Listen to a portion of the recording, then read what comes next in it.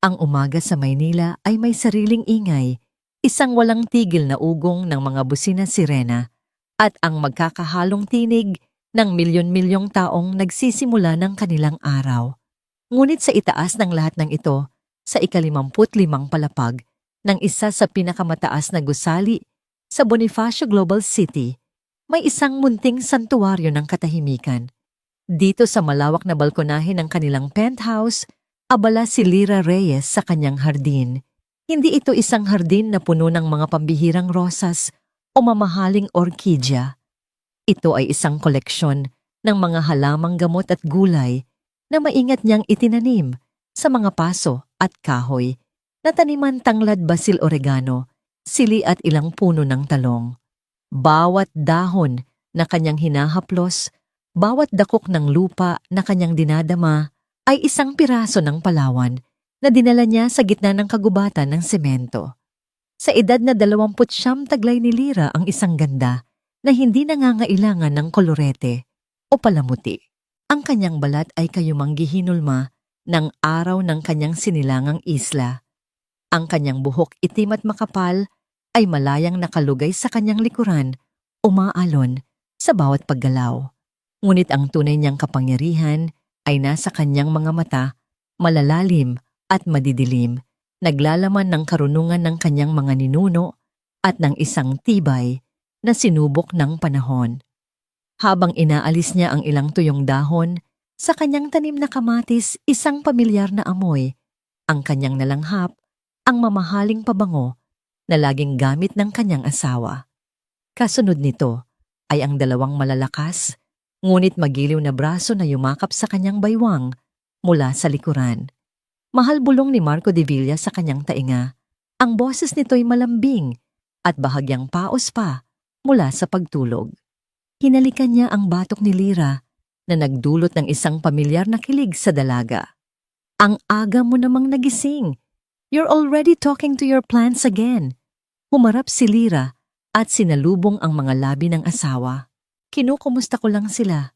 Sagot niya na may ngiti. Sabi ng tanim kong sili, namimiss ka na raw niya. Tumawa si Marco, isang tunog na para kay Lyra ay musika sa kanyang pandinig. Sa edad na 36, si Marco de Villa ay ang larawan ng tagumpay. Matangkad, matipuno at may mga matang kulay berde na tila nakikita ang kaluluwa ng sinumang kausap niya. Bilang tagapagtatag at CEO ng Viridia Tech, isang kumpanyang nangunguna sa sustainable technology, isa siya sa mga pinakakilala at pinakamayamang tao sa buong Asya. Ngunit sa harap ni Lyra, siya ay si Marco lamang ang lalaking umibig sa kanya nang walang pasubali. They'll have to miss me a little longer, sabi ni Marco habang hinahawi ang ilang hibla ng buhok na tumatakip sa mukha ni Lyra. Mayroon tayong mahalagang gabi mamaya. I'm so excited for you to finally see La Perla. Ipinasara ko ang private dining room para sa atin. Sa pagbanggit pa lang ng pangalan ng restaurant, naramdaman ni Lyra ang isang bahagyang paninikip sa kanyang dibdib. Ang La Perla ay hindi isang ordinaryong kainan.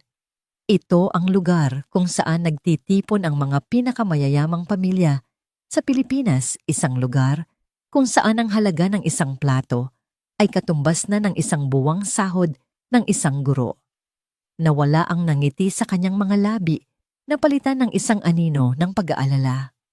Marco, sigurado ka ba talaga dyan? Hindi ba pwedeng sa dati na lang nating kinakainan? Yung maliit na restaurant sa kanto na masarap ang sinigang, hinawakan ni Marco ang kanyang mga kamay. Ang mga palad ni Lyra ay bahagyang magaspang dahil sa paghahardin, isang bagay na gustong-gusto ni Marco. Ito ang nagpapaalala sa kanya kung gaano katotoo ang babaeng nasa harap niya. Lyra, mahal, this is a celebration, paliwanag niya. It's our 3rd anniversary. I want to give you the best. Besides, it's time people see you for who you are, the queen of my life. Pero Marco, alam mo namang hindi ako komportable sa mga ganoong lugar. Mahinang sabi ni Lyra, ang tingin ay nasa kanilang mga kamay na magkahawak. Pakiramdam ko ay sinusuri nila Ang bawat galaw ko mula sa damit hanggang sa paraan ng paghawak ko sa kubyertos. Para akong isang isda na iniahon sa tubig. Ito ang agwat sa pagitan ng kanilang dalawang mundo. Si Marco ay lumaki sa yaman at kapangyarihan, sanay sa mga mararangyang pagtitipon at sa atensyon na kaakibat nito. Si Lyra naman ay lumaki sa isang maliit na komunidad ng mga katutubo sa Palawan, kung saan ang yaman ay hindi sinusukat sa pera, kundi sa dami ng iyong ani at sa lalim ng iyong ugnayan sa kalikasan at kapwa. 3 taon na silang kasal, ngunit hanggang ngayon naroon pa rin ang pakiramdam na siya ay isang dayuhan sa mundo ng kanyang asawa. Isang mundong puno ng mga matang mapanghusga. "Hey," sabi ni Marco, habang marahan niyang itinitingala ang mukha ni Lyra. "Look at me. You belong wherever I am.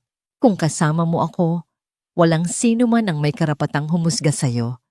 At kung meron mang magtangka ako, ang bahala sa kanila."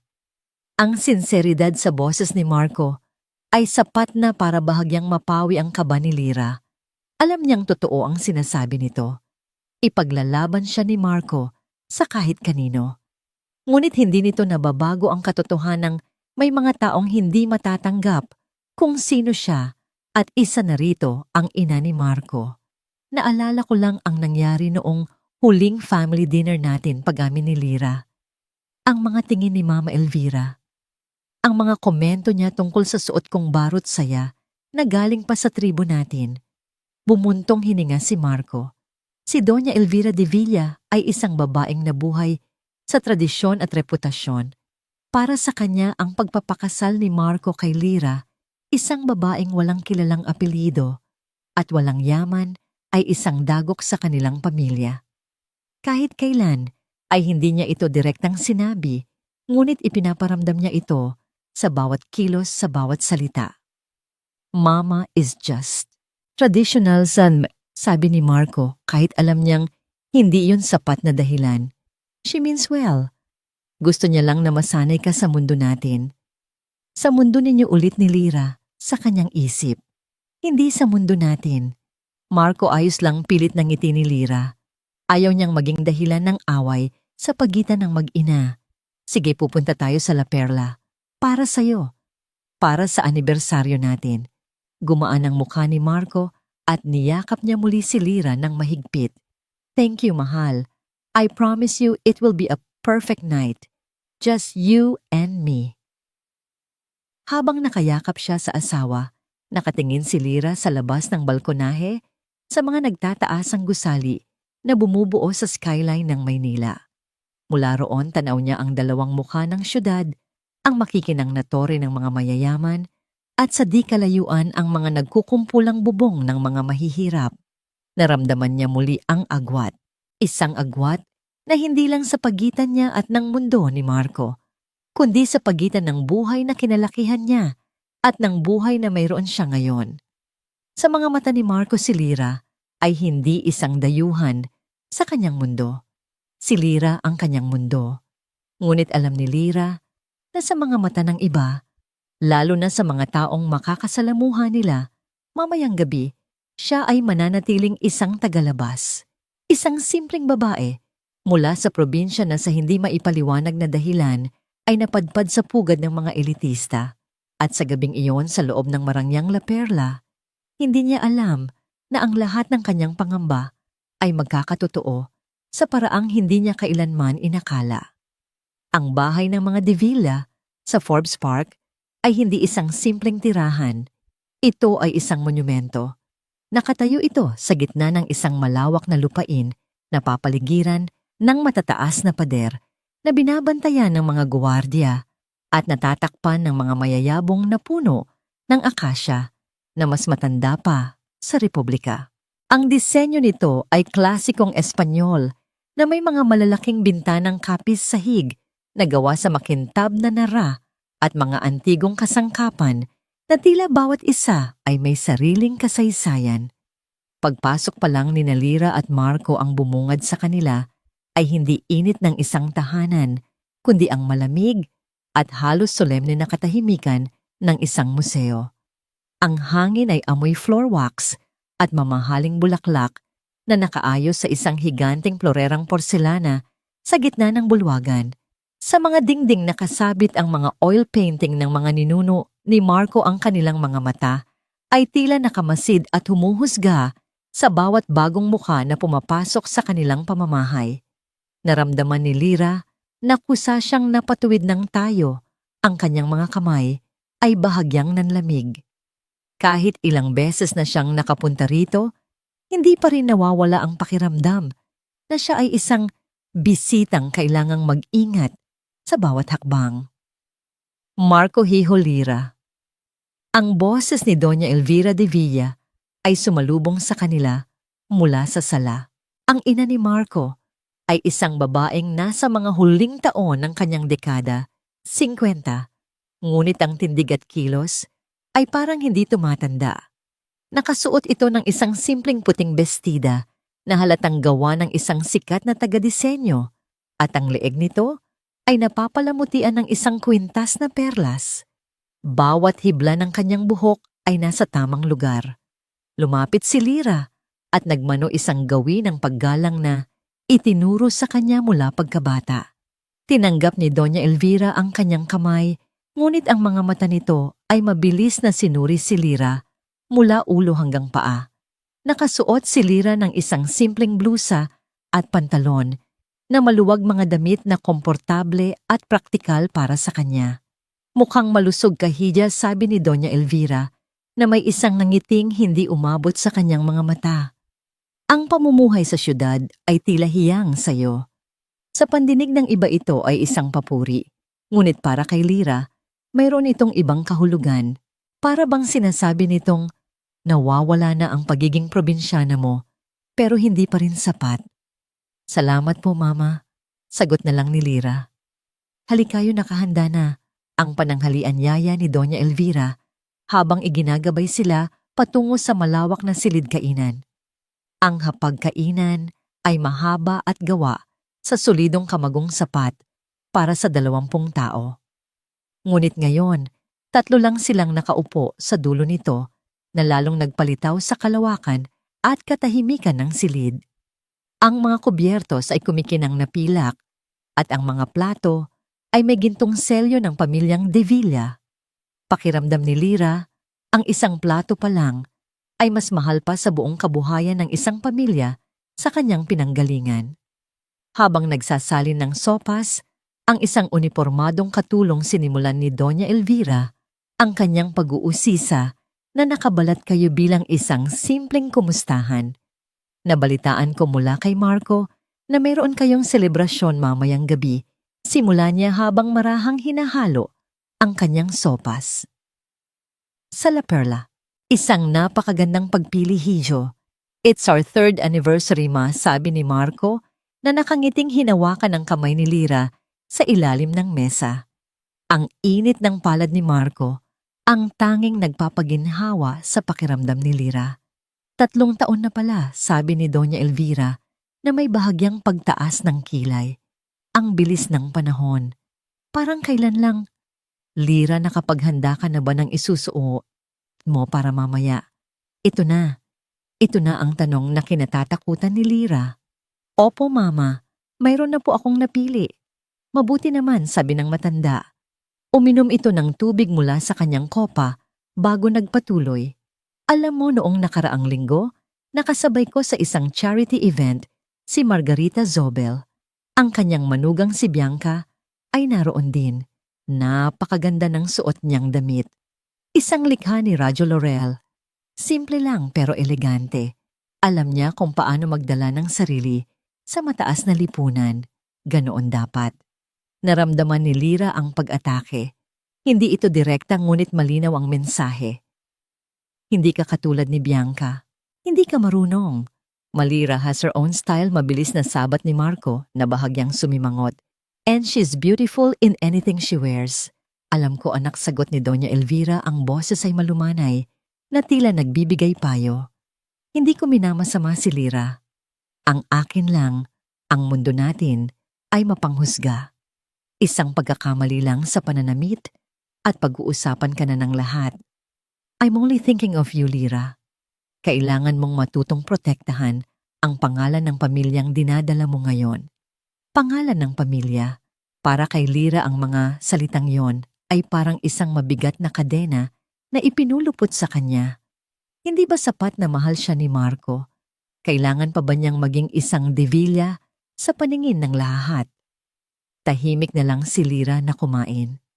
Bawat subo ay tila walang lasa. Pakiramdam niya ay lumiliit siya sa kanyang upuan, habang ang mga mata ng mga ninuno ni Marco sa mga painting ay patuloy na nakatitig sa kanya. Kaya naman, para mamayang gabi pagpapatuloy ni Doña Elvira, na tila hindi napansin ang namumuong tensyon, inilapag niya ang kanyang kubyertos at buong seryosong tumingin kay Lyra. Umaasa akong pipiliin mo ang isa sa mga damit na ipinamili para sa iyo ni Marco. Yung mga galing sa Europa, wag muna yung mga katutubong kasuotan. Maganda ang mga yon, oo, pero para sa ibang okasyon. Ang La Perla ay nangangailangan ng isang partikular na antas ng pagiging sopistikado. Ito ay hindi na isang payo. Ito ay isang utos. Naramdaman ni Lyra ang pamilyar na kirot. Ang kanyang mga katutubong kasuotan ay hindi lamang damit. Ang mga yon ay bahagi ng kanyang pagkatao, ng kanyang kultura, ng kanyang kasaysayan. Ang sabihing hindi yon nababagay ay parang pagsasabing siya mismo ay hindi nababagay. Tumingin siya kay Marco naghahanap ng tulong, ngunit nakita niyang ang kanyang asawa ay nasa isang mahirap na kalagayan sa pagitan ng pagtatanggol sa asawa at paggalang sa ina. Mama Lyra will decide what to wear, sabi ni Marco. Ngunit ang boses niya ay hindi na kasing tigas ng kanina. Mayroon itong bahid ng pakiusap at umaasa akong magdedesisyon siya ng tama matatag na sagot ni Doña Elvira bago tumawag sa katulong. Pakidala na ang dessert. Natapos ang pananghalian na halos walang nagsasalita. Si Doña Elvira ay nagkunwaring abala sa kanyang telepono habang si Marco ay pilit na gumagawa ng usapan na hindi naman pinapansin. Si Lyra naman ay nagnanais na lang na maging hangin para hindi na siya mapansin. Sa biyahe pa uwi, habang tinatahak ng kanilang kotseng may driver, ang magulong kalsada ng EDSA, nanatiling tahimik si Lyra habang nakatingin sa labas ng bintana. Huwag mo na lang pansinin si Mama. Mahal basag ni Marco sa katahimikan. Alam mo namang ganoon lang talaga siya. She's just worried about what other people will say. Pero iyon na nga ang punto, Marco, mahinang sagot ni Lyra, hindi pa rin lumilingon. Bakit kailangan nating isipin kung anong sasabihin ng ibang tao? Hindi ba sapat na tayo? Natahimik si Marco. Alam niyang tama ang asawa niya, ngunit hindi niya kayang baguhin ang mundong kanyang ginagalawan sa isang iglap lang. Hinawakan niya ang kamay ni Lyra. Sapat ka. Sobra-sobra ka pa. I'm so sorry, Lyra. Lumingon si Lyra at ngumiti ng pilit. Isang ngiti para pagaanin ang loob ng asawa kahit ang sarili niyang kalooban ay mabigat. Alam niyang mahal siya ni Marco. Ngunit ang pagmamahal na iyon sa mga sandaling tulad nito ay tila hindi sapat para punan ang malaking agwat na namamagitan sa kanila. Ang anibersaryo na dapat sana'y isang masayang selebrasyon ay nagiging isang pagsubok. Isang pagsubok kung saan kailangan niyang pumili ang manatiling totoo sa kanyang sarili o ang maging ang babaeng inaasahan ng lahat na dapat niyang kahinatnan. Pagdating nila sa kanilang penthouse agad, na dumiretso si Lyra sa kanilang silid tulugan. Ang pakiramdam ng bigat sa kanyang dibdib mula sa pananghalian kasama si Doña Elvira ay hindi pa rin nawawala. Sa katunayan, tila mas bumigat pa ito habang papalapit ang gabi. Bawat sulok ng kanilang maluwag na apartment mula sa mga mamahaling pinta na nakasabit sa dingding hanggang sa mga kagamitang gawa sa Italia ay tila sumisigaw ng isang katotohanang masakit tanggapin. Hindi ito ang kanyang mundo. Sumunod si Marco, ang mukha ay puno ng pag-aalala. Lyra, let's talk about this, sabi niya ng may lambing. Wala na tayong dapat pag-usapan. Marco, sagot ni Lyra, pilit pinapasigla ang boses. Naiintindihan ko naman ang mama mo. Gusto niya lang ng pinakamabuti para sa atin. Ngunit ang mga salita ay parang abo sa kanyang bibig, walang lasa at walang katotohanan. Lumakad siya patungo sa walk-in closet, isang silid na mas malaki pa sa buong bahay na kanyang kinalakihan sa Palawan. Ang isang pader ay puno ng mga sapatos na may iba't ibang taas ng takong, marami sa mga ito ay hindi pa niya nasusuot. Sa kabilang pader nakahanay ang mga handbag na may mga pangalang pamilyar lang sa kanya dahil sa mga magazine. At sa gitna ang mga damit, isang bahaghari ng seda satin at chiffon mula sa mga pinakasikat na fashion house sa buong mundo. Valentino, Chanel, Dior, lahat ay regalo ni Marco. Lahat ay mga simbolo ng buhay na hindi niya pinili. Huminga siya ng malalim at sinimulang haplusin ang mga tela. Ang mga ito ay malambot at makinis, ngunit para sa kanya ang mga ito'y malamig at walang buhay. Para siyang nasa isang tindahan pumipili ng isang costume na isusuot para sa isang pagtatanghal, kung saan ang papel niya ay asawa ni Marco de Villa. Nakatayo si Marco sa may pintuan, tahimik na nagmamasid. Nakikita niya ang pag-aalinlangan sa bawat galaw ni Lyra. "You don't have to wear any of those if you don't want to," mahina niyang sabi. Lumingon si Lyra at sa pagkakataong yon hindi na niya naitago ang lungkot sa kanyang mga mata. Pero ito ang gusto ni Mama Elvira, hindi ba ito ang tama? Ito ang sopistikado. It's not about what my mother wants. It's about you. It's about us. Git ni Marco, lumalapit sa kanya. Hinawakan niya ang mga balikat ni Lyra. "Gusto kong maging masaya ka ngayong gabi. Gusto kong makita ang Lyra na minahal ko, yung babaeng kayang ipaglaban ang pinaniniwalaan niya kahit sino pa ang kaharap." Ang mga salita ni Marco ay tumagos sa puso ni Lyra. Iyon nga ba siya, ang babaeng matapang, o ang babaeng unti-unti nang nilalamon ng anino ng kanyang asawa?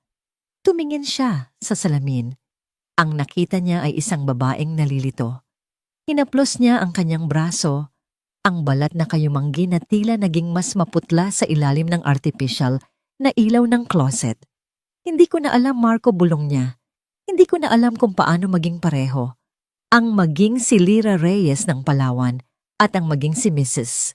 Lyra de Villa ng Maynila." Niyakap siya ni Marco mula sa likuran, ipinatong ang baba nito sa kanyang balikat.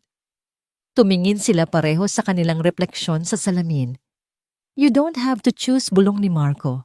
"You can be both. You are both. At mahal kita dahil doon." Sa isang sulok ng closet sa likod ng mga kumikinang na gown, may isang lumang baul na gawa sa kahoy. Ito ang tanging gamit na dinala ni Lyra mula sa Palawan. Lumuhod siya at binuksan ito. Ang amoy ng tuyong dahon at dagat ay tila lumabas mula sa baul, isang amoy na naghatid sa kanya pabalik sa kanyang kabataan. Maingat niyang inilabas ang isang damit. Ito ay isang simpleng bestida na abot hanggang tuhod, gawa sa telang inabel na hinabi mismo ng mga kababaihan sa kanilang tribo. Ang kulay nito ay malalim na indigo, pinalamutian ng masalimuot na borda ng mga ibon at bulaklak na matatagpuan lamang sa kagubatan ng Palawan. Ang bawat tahi ay may kwento. Ang bawat disenyo ay isang panalangin. Para kay Lyra, ito ay hindi lamang damit. Ito ay isang sandata, isang baluti. Itinapat niya ito sa kanyang katawan at muling humarap sa salamin. Ang kulay ng damit ay nagbigay buhay sa kanyang balat. Ang simpleng hiwa nito ay bumagay sa kanyang katawan.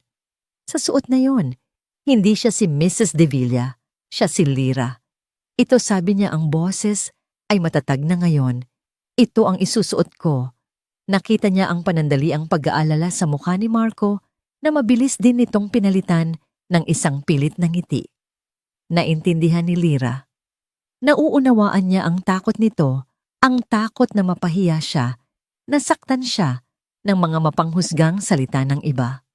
"Mahal, it's beautiful," sabi ni Marco, at alam ni Lyra na nagsasabi ito ng totoo. Pero, "Sigurado ka ba?" Alam mo kung gaano kakritikal ang mga tao sa La Perla. Baka lang ano Marco, tanong ni Lira, hindi galit kundi may pag-unawa. Napagtawanan nila ako, napagbulungan nila ako, naisipin nilang hindi ako nababagay. Humakbang siya palapit sa asawa. Nangyayari na yan kahit anong isuot ko. Kahit suotin ko pa ang pinakamahal na gown sa closet na ito, makakahanap pa rin sila ng dahilan para sabihing hindi ako karapat-dapat. Dahil hindi sa damit ang problema, nasa isip nila, nasa pagtingin nila sa akin. Huminga siya ng malalim. Kung hahayaan kong diktahan nila kung sino ako, kung ano ang dapat kong isuot, para ko na ring sinabing tama sila. Na may mali sa pagkatao ko at hindi ako papayag doon. Tinitigan siya ni Marco ng matagal. Ang babaeng nasa harap niya ngayon ay hindi na ang babaeng nalilito kanina. Ito na ang babaeng una niyang nakilala at minahal, isang babaeng may paninindigan puno ng tapang at dignidad. Isang malawak na ngiti ang unti-unting sumilay sa mga labi ni Marco. Nawala na ang lahat ng pag-aalala. Ang nakikita na lang niya ay ang reyna ng kanyang buhay, handa nang humarap sa anumang laban. "You're right," sabi niya. Ang boses ay puno ng paghanga. Hinawakan niya ang pisngi ni Lira. "I'm sorry for doubting. I was just trying to protect you." "Alam ko," sagot ni Lira. "Pero minsan ang pinakamagandang proteksyon ay ang pagiging totoo sa sarili." "Then wear it," sabi ni Marco. "Wear it with pride. At kung sino man ang magtangkang maliitin ka ngayong gabi, ipapaalala ko sa kanila kung sino ang kinakalaban nila." Hinalikan niya si Lira, isang halik na puno ng pangako at suporta. Habang nakapikit si Lira, naramdaman niyang bumabalik ang kanyang lakas. Ang damit na ito ay hindi na lang isang bestida. Ito na ngayon ang kanyang uniforme, ang kanyang watawat. Ang gabing ito ay hindi na lamang isang simpleng selebrasyon ng anibersaryo. Ito ay naging isang digmaan para sa kanyang pagkatao, para sa kanyang lugar sa mundo. At si Lira Reyes Armado, ng kanyang simpleng damit na hinabi mula sa kanyang pinagmulan, ay handa ng lumaban. Ang La Perla ay nakatayo sa isang tahimik na sulok ng Makati, nakatago sa likod ng matataas na pader na nababalutan ng halaman, na para bang sinasadyang ilayo ang sarili mula sa karaniwang tao. Walang malaking karatula sa labas, tanging isang maliit at eleganteng plakang tanso na may nakaukit na pangalan ng restaurant. Para makapasok dito, kailangan mo ng reserbasyon na ginawa ilang buwan na ang nakalipas, o kailangan mong maging isang Montenegro, isang Zobel, o isang De Villa. Pagbaba pa lang nila mula sa kanilang itim na sedan na minamaneho ng super, sinalubong agad sila ng isang valet na mabilis na kinuha ang susi ng sasakyan. Ramdam agad ni Lira ang pagbabago sa hangin. Ito ay mas pino, mas tahimik at mas mabigat. Habang naglalakad sila sa pasilyong gawa sa marmol, patungo sa pangunahing silid kainan, pinagtitinginan sila. Si Marco sa kanyang perpektong pagkakatahi na suit ni Armani ay tila isang Diyos na naglalakad sa lupa. Ang kanyang presensya ay nag-uutos ng respeto. Lahat ng mata ay nasa kanya puno ng paghanga at paggalang. Ngunit kapag ang mga matang iyon ay lumilipat kay Lira, nagbabago ang ekspresyon. Mula sa paghanga ito ay nagiging pagtataka. Ang iba ay may halong pagkalito, at ang ilan, lalo na ang mga babaeng nakagown, na kumikinang sa mga alahas, ay may hindi maitatagong pagkutya. Ang kanyang damit na inabel na sa loob ng kanilang penthouse ay simbolo ng kanyang lakas, ay tila naging isang kasalanan sa lugar na ito. Ang malalim na kulay indigo nito ay naging masyadong simple sa gitna ng karagatan ng mga kumikinang na tela. Ang borda na gawa kamay ay tila naging magaspang kung ikukumpara sa mga makinang na kristal at diamante. Hinigpitan ni Lira ang hawak sa braso ni Marco. Bawat tingin ay parang isang karayom na tumutusok sa kanyang balat. Naramdaman ni Marco ang kanyang panginginig.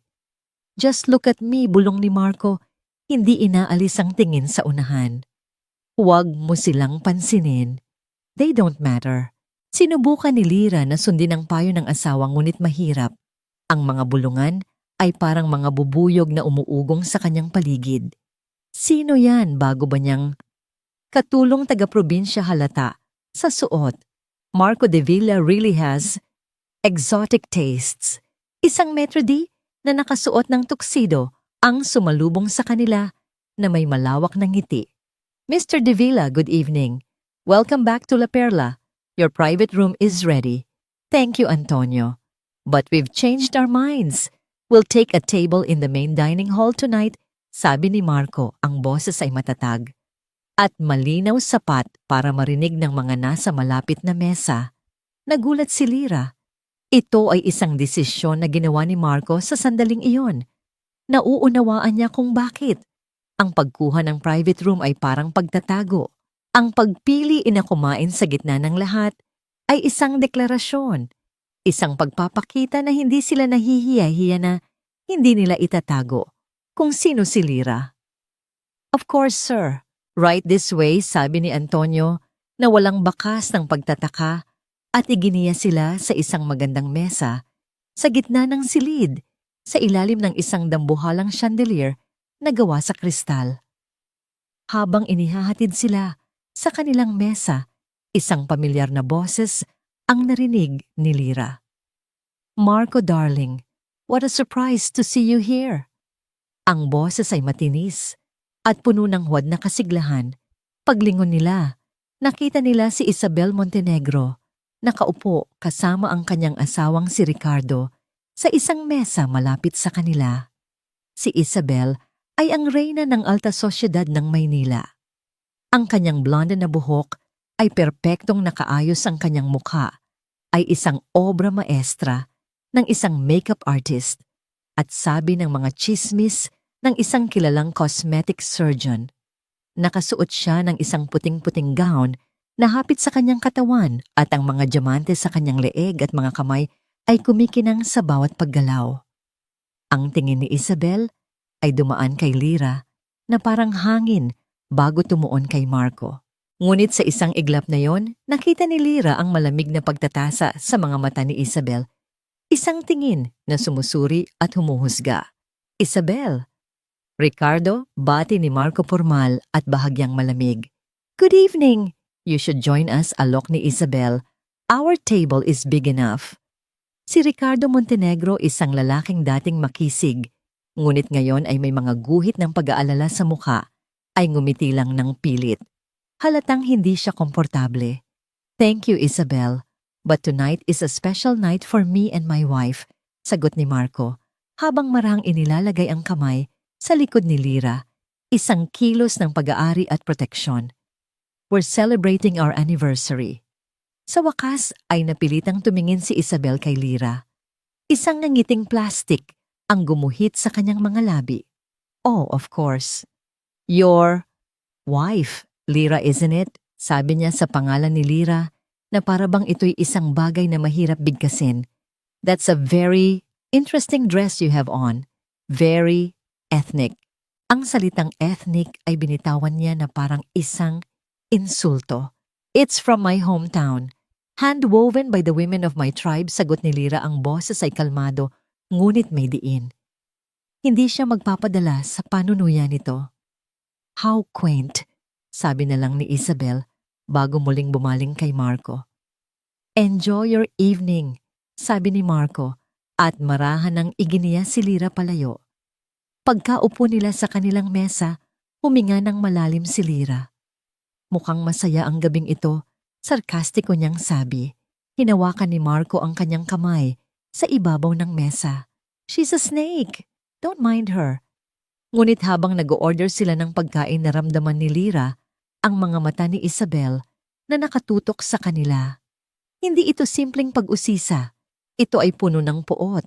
Maya-maya pa habang naghihintay sila sa kanilang pagkain, biglang tumunog ang telepono ni Marco. Isang particular na ringtone na alam ni Lyra ay para lamang sa mga pinaka-urgent na tawag mula sa kanyang kumpanya. Tiningnan ni Marco ang screen at napakunot ang noo. I have to take this, sabi niya. Ang boses ay puno ng paghingi ng paumanhin. It's about the Montenegro deal. May problema raw sa proposal nila. It will just be 5 minutes, I promise. Iyon din ang apelyido ni Ricardo at Isabel. Naunawaan ni Lira. Ang negosyo ay negosyo. Sige, okay lang. Take your time. Tumayo si Marco, hinalikan siya sa noo at naglakad patungo sa mas tahimik na bahagi ng restaurant malapit sa bar para sagutin ang tawag. Naiwan si Lirang mag-isa sa gitna ng pugad ng mga elitista. Sinubukan niyang maging abala. Uminom siya ng tubig. Inayos niya ang kanyang serbilyeta. Pinagmasdan niya ang mga kumikinang na ilaw ng chandelier. Ngunit kahit anong gawin niya, ramdam niya ang mga tingin. At ang pinakamatindi sa lahat ay ang tingin mula sa mesa ni Isabel Montenegro. Nakita niyang nag-uusap sina Isabel at Ricardo. Si Isabel ay galit na nagsasalita, habang si Ricardo ay tila sinusubukang pakalmahin ito. Pagkatapos ng ilang sandali, tumayo si Ricardo at naglakad patungo sa banyo na tila sumusuko na. Naiwan si Isabel na mag-isa sa kanyang mesa. Tumingin ito sa direksyon kung nasaan si Marco. Pagkatapos ay tumingin ito kay Lira. At sa mga mata nito, nakita ni Lira ang isang desisyon. Isang masamang desisyon. Dahan-dahang tumayo si Isabel mula sa kanyang upuan. Kinuha niya ang kanyang kopita ng red wine at nagsimula siyang maglakad, diretso, patungo sa mesa ni Lira.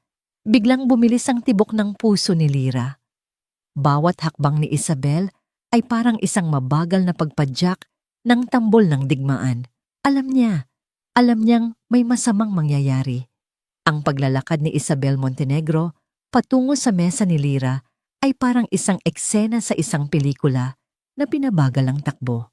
Ang bawat kilos niya ay kalkulado at puno ng layunin. Ang pag-angat ng kanyang baba, ang bahagyang pag-indayog ng kanyang balakang, sa loob ng hapit na puting gown ang paraan ng paghawak niya sa kopita ng alak. Lahat ay isang pagtatanghal ng kapangyarihan at paghamak. Ang mga usapan sa mga kalapit na mesa ay unti-unting humina. Nahinto ang pag-angat ng mga tinidor. Ang mga tingin na kanina'y palihim ay naging hayagan na. Nakaramdam sila ng paparating na unos at walang sino man ang gustong makaligtaan ito. Huminto si Isabel sa tabi mismo ng mesa ni Lira. Hindi siya nagsalita agad. Sa halip inilibot niya ang kanyang tingin sa paligid na parabang sinusuri ang isang bagay na hindi kaaya-aya at ang kanyang mga mata ay muling bumalik kay Lira na may halong pandidiri. Nasaan na ang prinsipe mo? Tanong ni Isabel. Ang boses ay matamis, ngunit may nakatagong lason. Iniwan ka na ba niyang mag-isa dito? How rude of him! Pinilit ni Lira na manatiling kalmado. Itinuon niya ang kanyang mga mata kay Isabel, hindi nagpapakita ng anumang takot. May tinatapos lang siyang mahalagang tawag. Babalik din siya agad. Isang tawang mahina at mapang-asar ang kumawala sa mga labi ni Isabel. Isang mahalagang tawag. Oo naman, laging may ganyan, hindi ba?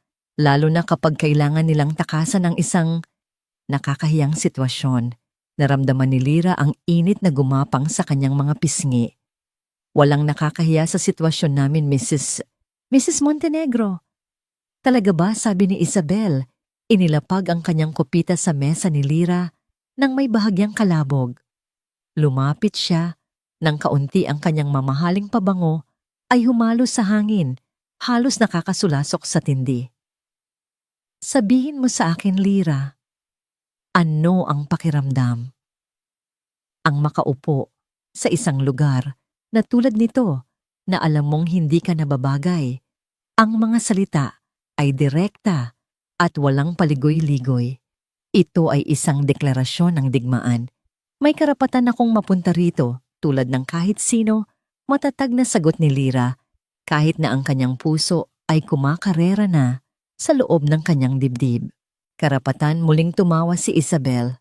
O ang mga mahihirap at ang kanilang ideya ng karapatan. Ang karapatan ay kailangang pagtrabahuhan, Hija. Kailangan itong magmula sa tamang dugo, sa tamang pamilya. Hindi ito basta na lang nakukuha sa pagpapakasal sa isang mayamang lalaki. Ang bawat salita ay isang patalim. Naramdaman ni Lyra na ang mga mata ng mga tao sa paligid ay nakatutok sa kanila, uhaw sa bawat salitang kanilang bibitawan. Hindi mo alam ang kwento namin, sabi ni Lyra. Ang boses ay nagsisimula nang manginig sa pinipigilang galit. Pero alam ko ang kwento mo. Ito ay isang kwentong kasing tanda na ng panahon, sabi ni Isabel habang dinuduro ang isang daliring may perpektong manicure kay Lyra. Isang magandang dalaga, mula sa probinsya, walang pera, walang pangalan. Gagamitin ang kanyang ganda at katawan para akitin ang isang mayamang lalaki na pagod na sa mga babae mula sa kanyang sariling mundo. Magpapanggap siyang simple inosente at naiiba. Isang klasikong Cinderella, hindi ba? Pero ang totoo, isa ka lang. Oportunista. Ang salitang oportunista ay tumama kay Lyra na parang isang sampal. Ito ang pinakamasakit na akusasyon na maaring ibato sa kanya dahil ito ang kabaligtaran ng lahat ng pinaniniwalaan niya. Mali ka, Mariing, sabi ni Lyra. Mahal namin ni Marco ang isa't isa. Pagmamahal is mid ni Isabel. Ganun ba ang tawag mo dyan o baka naman? Pasasalamat.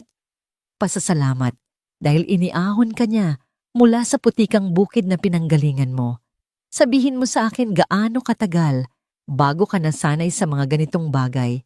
Ikinumpas niya ang kanyang kamay sa buong restaurant, sa mga sutlang kumot, sa mga diamante, sa buhay na hindi mo kailanman mapapangarap kung hindi dahil sa kanya. Tumayo si Lyra. Hindi na niya kayang manatiling nakaupo habang dinudungisan ang kanyang pagkatao. Ang kanyang pagtayo ay nagbigay sa kanya ng kaunting bentahe, ngunit si Isabel, na mas matangkad dahil sa kanyang takong, ay nakatingala pa rin sa kanya. Tumigil ka na, sabi ni Lyra, ang boses ay mababa at nagbababala. Bakit? Dahil masakit ang katotohanan, hamon ni Isabel, ang nangiti sa kanyang mga labi ay lalong lumawak. Lahat kami dito, alam namin kung ano ka. Isa kang prohekto. Isang charity case na ginawang asawa ni Marco. Isang palamuti na galing sa gubat para magmukha siyang mas makatao.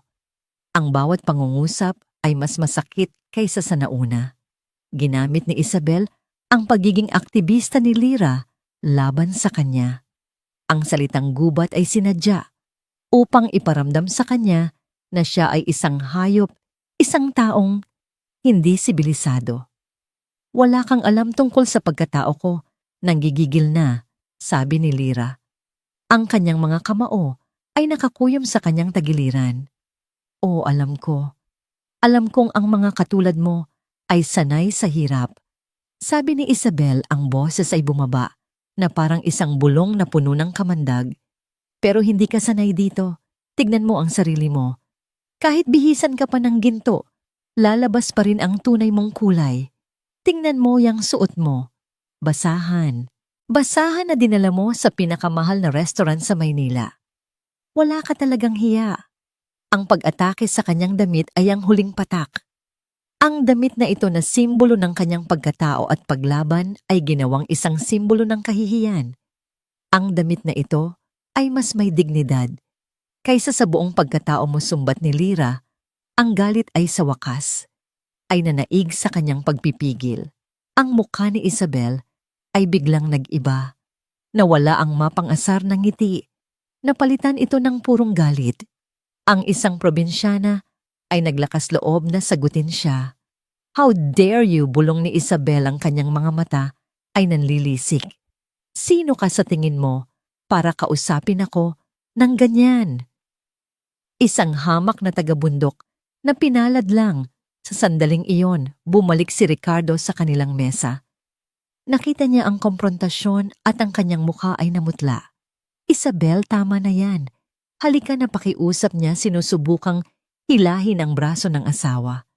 Ngunit hindi nagpaawat si Isabel. Iwinaksin niya ang kamay ni Ricardo. Huwag mo akong pakialaman, sigaw niya. Ang kanyang tingin ay muling bumalik kay Lyra, puno ng apoy. Turuan kita ng leksyon, sabi ni Isabel. Isang leksyon tungkol sa kung saan ka dapat lumugar. At bago pa man makakilos si Lyra o makasigaw ang sino man, mabilis na dinampot ni Isabel ang kupitan ng red wine mula sa mesa. At sa isang marahas na galaw, iwinasiwas niya ito. Ang pulang likido ay lumipad sa hangin at bumagsak sa dibdib ni Lyra. Ang malamig at malagkit na alak ay dumaloy sa kanyang damit na inabel, na lumikha ng isang malaking mantsa na parang dugo sa kulay indigo ng tela. Ang lahat ay napasinghap. Para sa isang sandali, ang tanging maririnig ay ang tunog ng mga patak ng alak na tumutulo mula sa damit ni Lyra papunta sa sahig na marmol. Ang damit niya, ang kanyang baluti, dinunggisan, nilapastangan. At habang nakatitig si Lyra sa mantsa sa simbolo ng kanyang kahihiyan, ang galit sa mga mata ni Isabel ay hindi pa rin humuhupa. Sa halip ito ay umakyat sa isang bagong antas ng kabaliwan. Ang mantsa ng red wine sa damit ni Lyra ay tila may sariling buhay. Mabilis itong kumalat sa telang inabel na sinisip-sip ng bawat hibla ng sinulid na para bang isang laso na gumagapang sa kanyang balat. Ang kulay indigo na sumisimbolo sa kalaliman ng dagat ng Palawan ay nabahira ng maruming pula, isang brutal na pagsalakay sa kanyang pagkatao.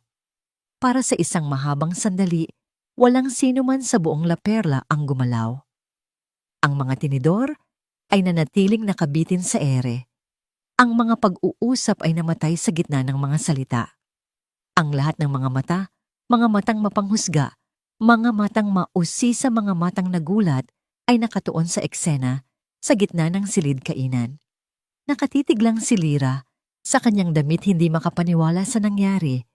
Ang lamig ng alak ay nagsimulang tumagos sa kanyang balat, ngunit ang nararamdaman niya ay hindi ang ginaw, kundi ang nag-aapoy na kahihiyan. Ito ay higit pa sa pagtapon ng inumin. Ito ay isang simbolikong paglapastangan. Ang damit na ito, na pinili niya bilang kanyang paninindigan, ay ginawang target ng paghamak. Ayan, sabi ni Isabel, ang kanyang boses ay nanginginig sa tagumpay at galit. Inilapag niya ang walang lamang kopita sa mesa ng may malakas na kalabog na bumasag sa nakabibinging katahimikan. Para naman bumagay yang itsura mo sa tunay mong ugali. Basura. Ang salitang basura ay umalingaw-ngaw sa buong silid.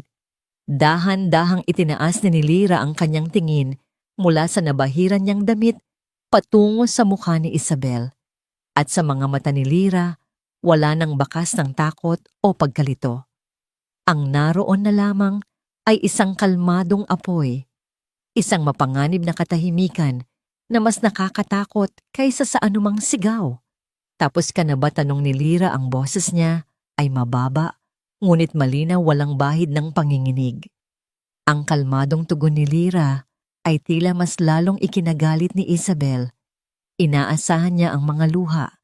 Inaasahan niya ang pagsusuma mo. Hindi niya inaasahan ang dignidad. Ang pagtanggi ni Lyra na gampanan ang papel ng isang biktima ay isang personal na insulto sa kapangyarihan ni Isabel. Hindi pa ako tapos sa'yo, nanlilisik ang mga matang sagot ni Isabel. Hindi ka dapat nandito. Hindi ka nabibilang dito. Kailan mo ba maiintindihan yan? Ang hindi ko maintindihan ay kung bakit ka ganito matatag na sagot ni Lyra. Ano bang nagawa ko sa'yo para kamuhian mo ako ng ganito? Dahil ba hindi ako kasing yaman mo? O dahil ba masaya ako sa piling ng lalaking? Alam kong gusto mo rin. Ang huling pangungusap ni Lyra ay isang matapang na sugal, isang patama na batay sa mga bulong-bulungan na matagal nang umiikot sa kanilang sirkulo. Isang patama na tumama ng direkta sa puso ng inggit ni Isabel. Ang mukha ni Isabel ay namulan ng husto na para bang sinampal siya ng katotohanan. Ang kanyang dibdib ay mabilis na tumataas baba. Walang hiya kasigaw ni Isabel, ang kanyang boses ay umabot na sa sukdulan, pumipiyok sa galit. How dare you speak to me that way? Sa tingin mo ba, dahil asawa ka ni Marco de Villa, ay kaya mo na akong bastusin? Hindi mo alam kung sino ang kinakalaban mo. I will destroy you, Isabel. Por favor, tama na pakiusap ni Ricardo na muling sinubukang hawakan ang kanyang asawa. Ngunit para na itong isang mabangis na hayop na hindi na mapipigilan. I will not be insulted by some classless, gold-digging nobody. From the jungle, hiyaw ni Isabel ang kanyang mga salita ay puno ng lason at puot. Bawat isa ay idinisenyo upang saktan ng todo. Kailangan mong matutunan ang iyong lugar at nangyari ang lahat ng napakabilis. Sa isang iglap ang kanang kamay ni Isabel na pinalamutian ng mga diamanteng pulseras na kumislap nang nakakasilaw sa ilalim ng ilaw ng chandelier ay itinaas niya. Ang kanyang mga daliri ay nakakuyom sa galit at sa isang marahas at mabilis na galaw, iwinasiwas niya ito ng buong lakas. Plak! Ang tunog ay malutong at malakas na, para bang isang putok ng baril sa loob ng tahimik na silid. Umalingaw-ngaw ito sa bawat sulok ng laperla at pagkatapos ay isang ganap na katahimikan ang pumalit, mas malalim at mas mabigat kaysa kanina.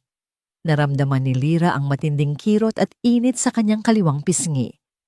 Ang lakas ng sampal ay nagpatagilid sa kanyang ulo. Saglit siyang natulala. Ang kanyang mga tainga ay umugong. Ang sakit ay hindi lamang pisikal. Ito ay isang sakit na tumagos sa kanyang kaluluwa, ang sakit ng panghuli at sukdulang pagyurak sa kanyang dignidad sa harap ng daan-daang estranghero. Dahan-dahan itinuwid niya ang kanyang ulo. Ang kanyang pisngi ay nag-iinit na at alam niyang namumula na ito. Ang kanyang mga mata ay nagsimulang mamasa, ngunit pinigilan niya ang pagpatak ng mga luha. Hindi niya ibibigay kay Isabel ang kasiyahang yon. Nakatayo si Isabel sa harap niya, ang kanyang dibdib ay humihingal, ang kanyang kamay ay bahagyang nakaangat pa rin mula sa ginawang pagsampal. Sa kanyang mga mata, mayroong isang ligaw na kislap ng tagumpay na para bang ang karahasan ay nagbigay sa kanya ng isang uri ng masamang kasiyahan. Ang buong restaurant ay natigilan. Ang mga kutsara at tinidor ay nabitawan.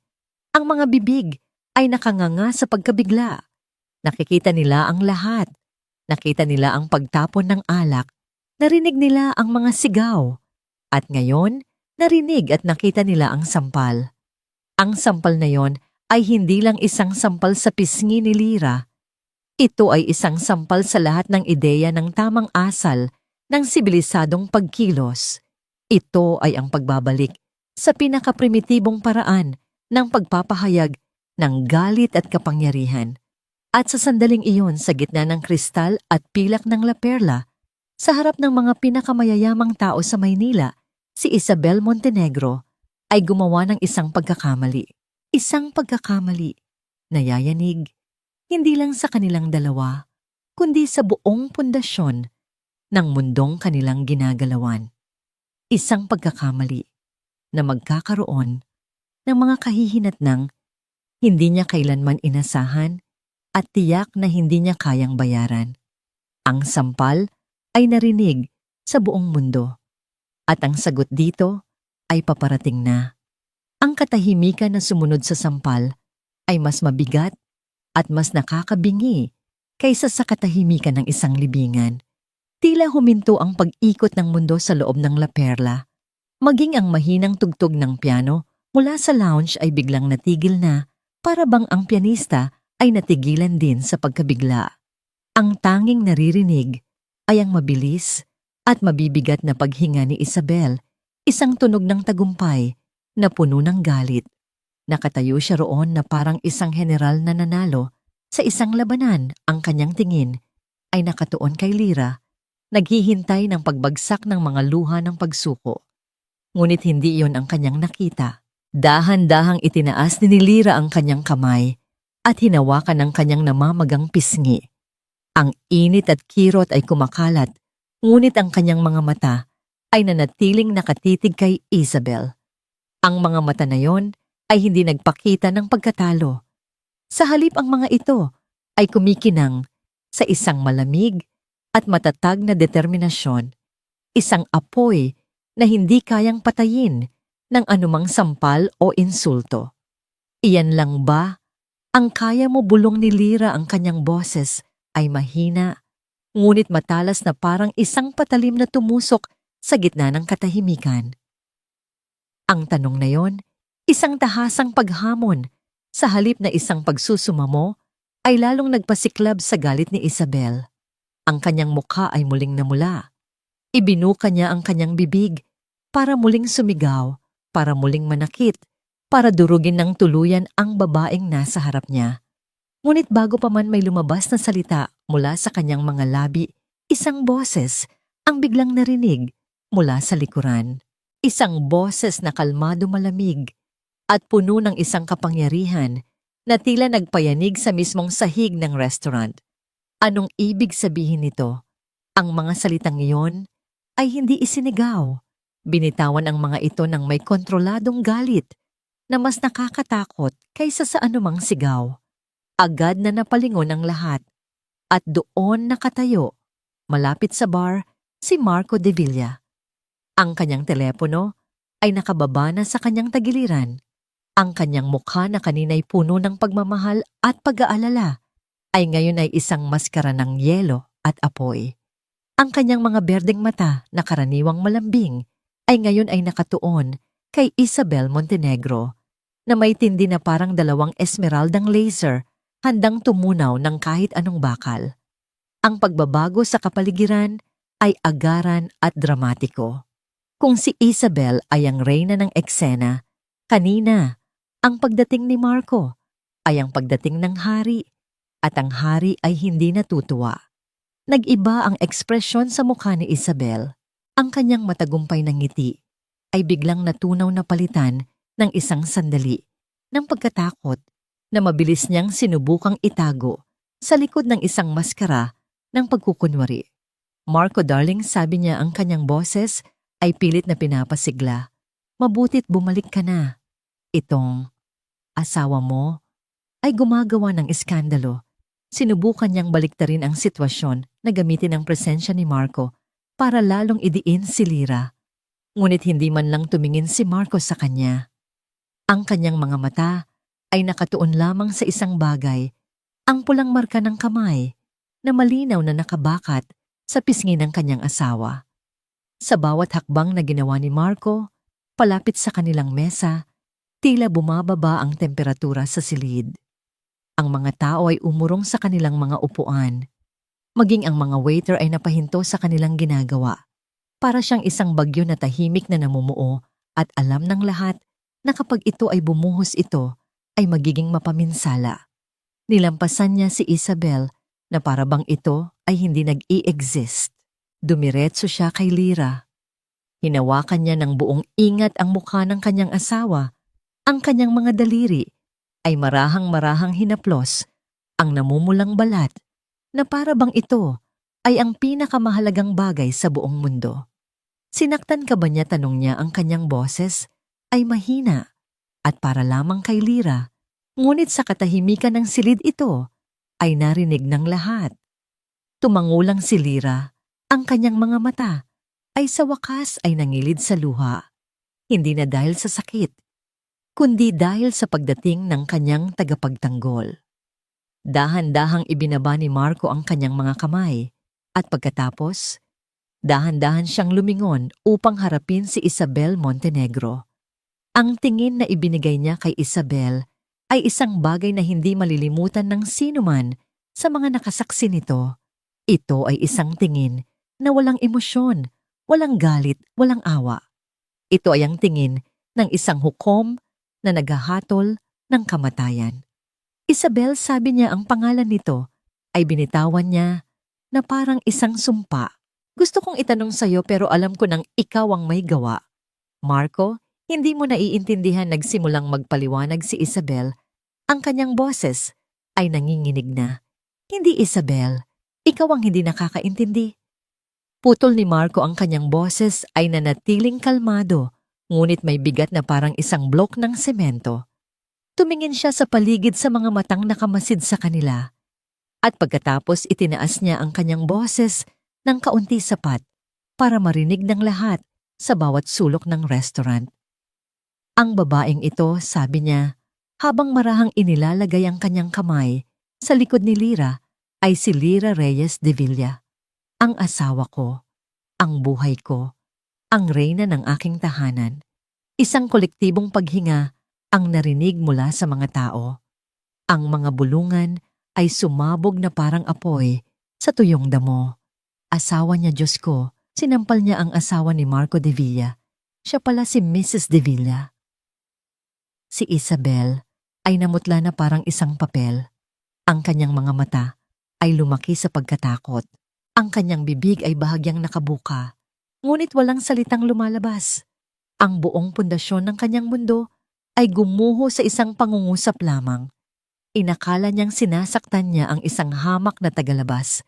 Ang hindi niya alam, sinasaktan niya ang pinakamahalagang tao sa buhay ng lalaking may hawak ng kinabukasan ng kanyang pamilya. Hindi ko alam na uutal na sabi ni Isabel. Ang kanyang mga tuhod ay tila ng hina. Napakapit siya sa likod ng isang silya para suportahan ang sarili. Hindi mo alam, ulit ni Marco, ang isang kilay ay bahagyang tumaas. So kung alam mong siya ang asawa ko, hindi mo sana siya sasaktan. Ganun ba? Ang ibig mong sabihin, ayos lang nasaktan at hiyain ng isang tao.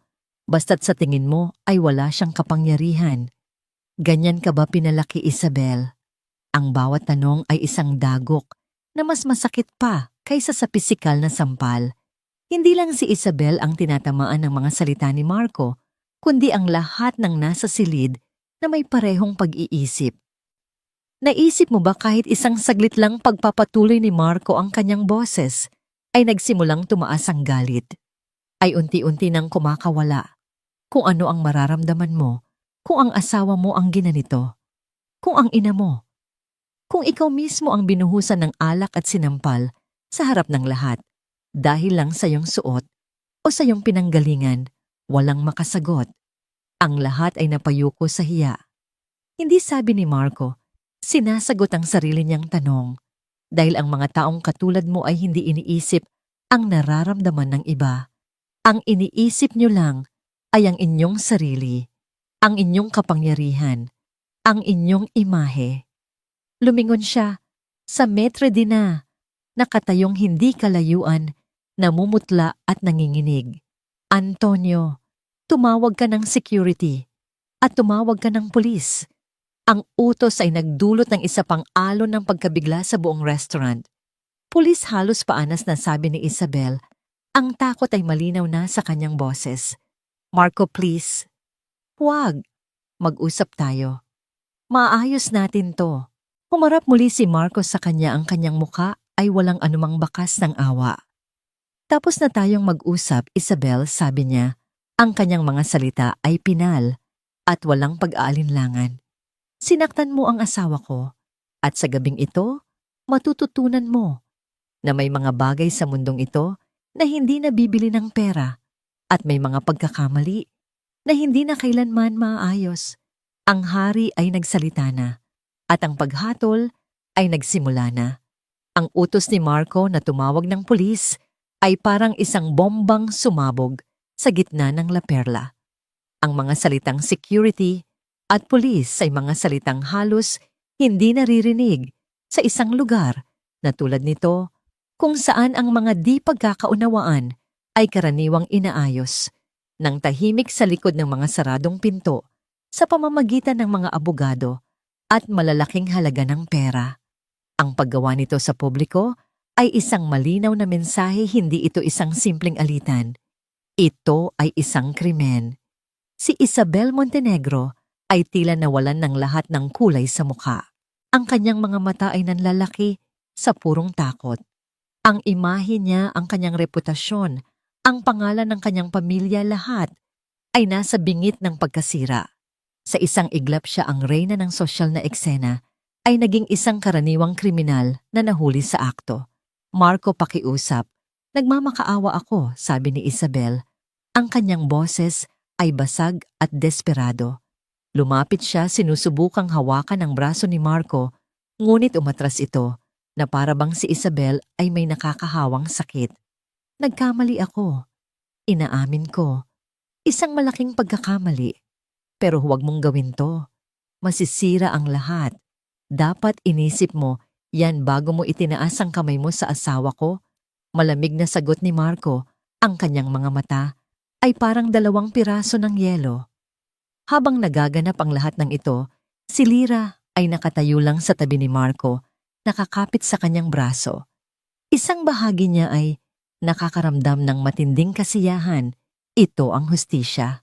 Ito ang pagpapatunay na hindi siya nag-iisa, na mayroong isang taong handang ipaglaban siya hanggang sa huli. Ang bawat salita ni Marco ay parang isang balsamo sa kanyang mga sugat na pinapawi ang sakit ng kahihiyan. Ngunit sa gitna ng kanyang paggaan ng loob, nakita niya ang desperasyon sa mga mata ni Isabel. Hindi ito simpleng takot sa pulis o sa eskandalo. Ito ay ang takot ng isang taong nawalan na ng lahat ng pag-asa na naisipang gumawa ng isang huling maruming galaw para makaligtas. At ginawa nga niya. Tumingin si Isabel mula sa malamig na mukha ni Marco patungo kay Lira. Ang takot sa kanyang mga mata ay biglang napalitan ng isang bagay na mas masama, isang galit na puno ng lason, isang pagnanais na manakit at manira. Kung babagsak siya, sisiguraduhin niyang may kasama siya. Isang mapait na tawa ang kumawala sa mga labi ni Isabel, isang tawang halos parang isang hikbi. Alam niyo, sabi niya, ang kanyang boses ay biglang naging kalmado sa isang nakakakilabot na paraan habang ang mga luha ay nagsimulang tumulo sa kanyang mga pisngi. Tumingin siya sa paligid sa mga taong nanonood. Kawawa naman ako, hindi ba? Ako ang kontrabida. Pero naisip niyo ba kung bakit ako nagkaganito? Ang biglaang pagbabago sa kanyang kilos ay nakakuha ng atensyon ng lahat. Tumingin siya ng diretso kay Marco. Ikaw ang may kasalanan nito, Marco. Napakunot ang noo ni Marco. Anong pinagsasabi mo dahil nagpabulag ka? Sigaw ni Isabel, ang kanyang boses ay muling tumaas puno ng akusasyon. Nagpauto ka sa isang babaeng alam ng lahat dito kung ano talaga ang habol sa'yo. Itinuro niya ang isang nanginginig na daliri kay Lira.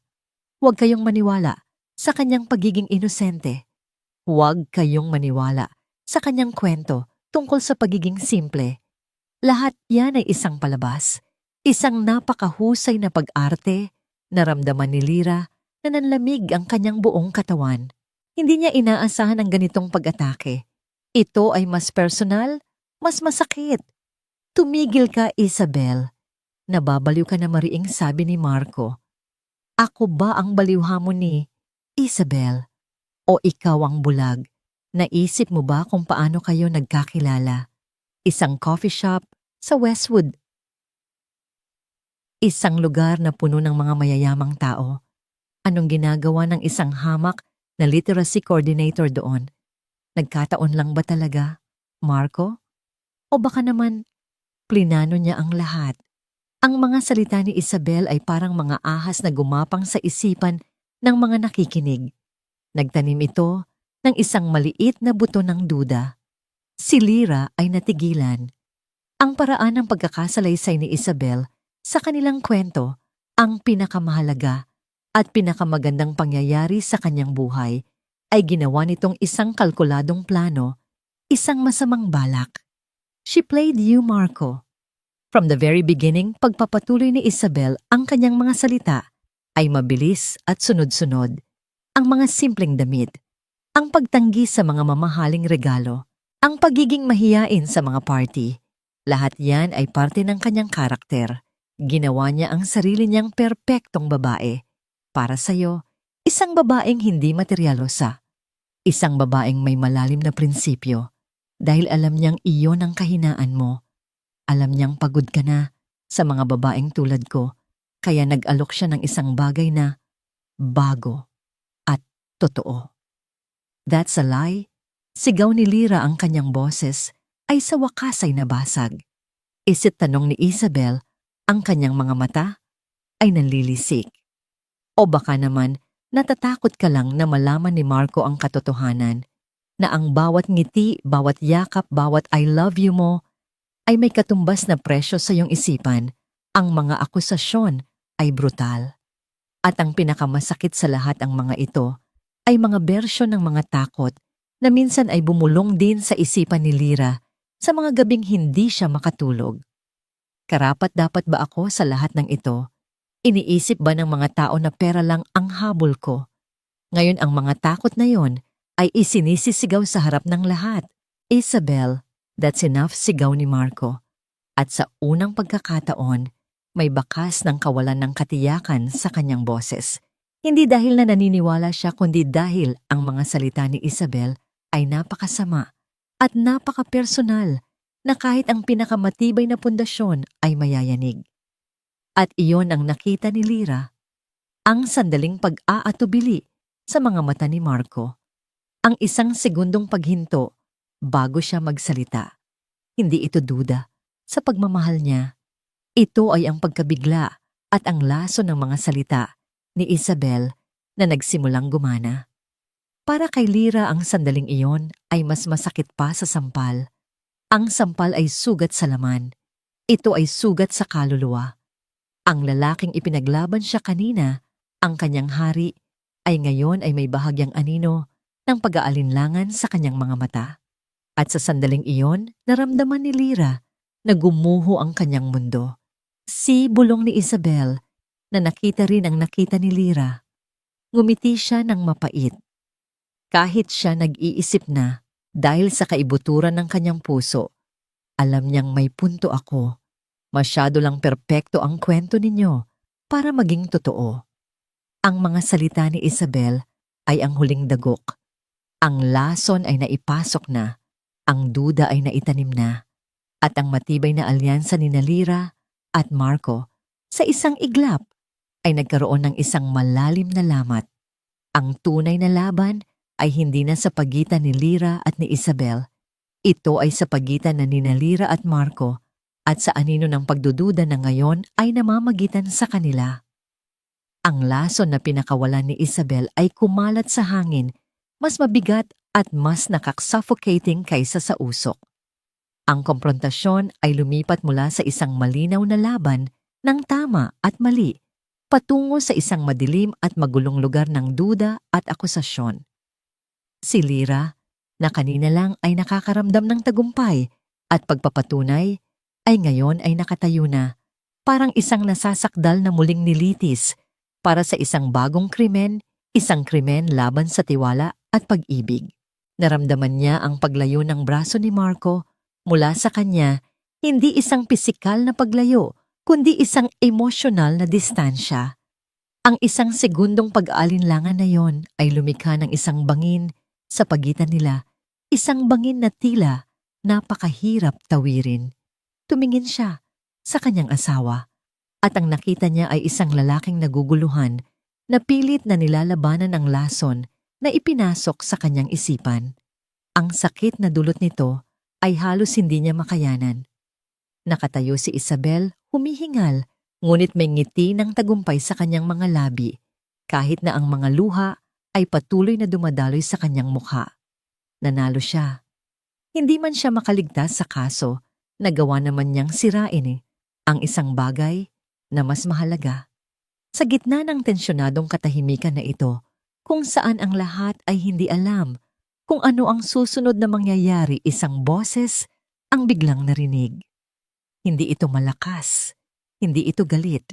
Ito ay kalmado, matatag at puno ng isang awtoridad na hindi nagmumula sa yaman o kapangyarihan, kundi sa edad at karunungan.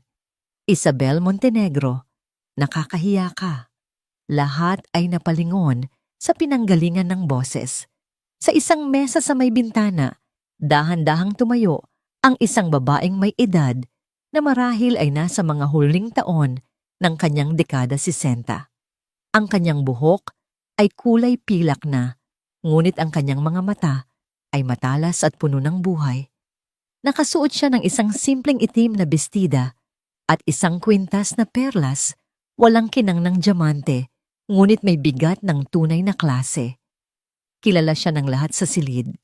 Siya, si Elena, Tita Elena Vargas, isang iginagalang na matriarch ng isang lumang pamilya na kilala hindi lamang sa kanyang yaman, kundi sa kanyang talino, integridad at sa kanyang kakayahang magsalita ng katotohanan kahit kanino paman.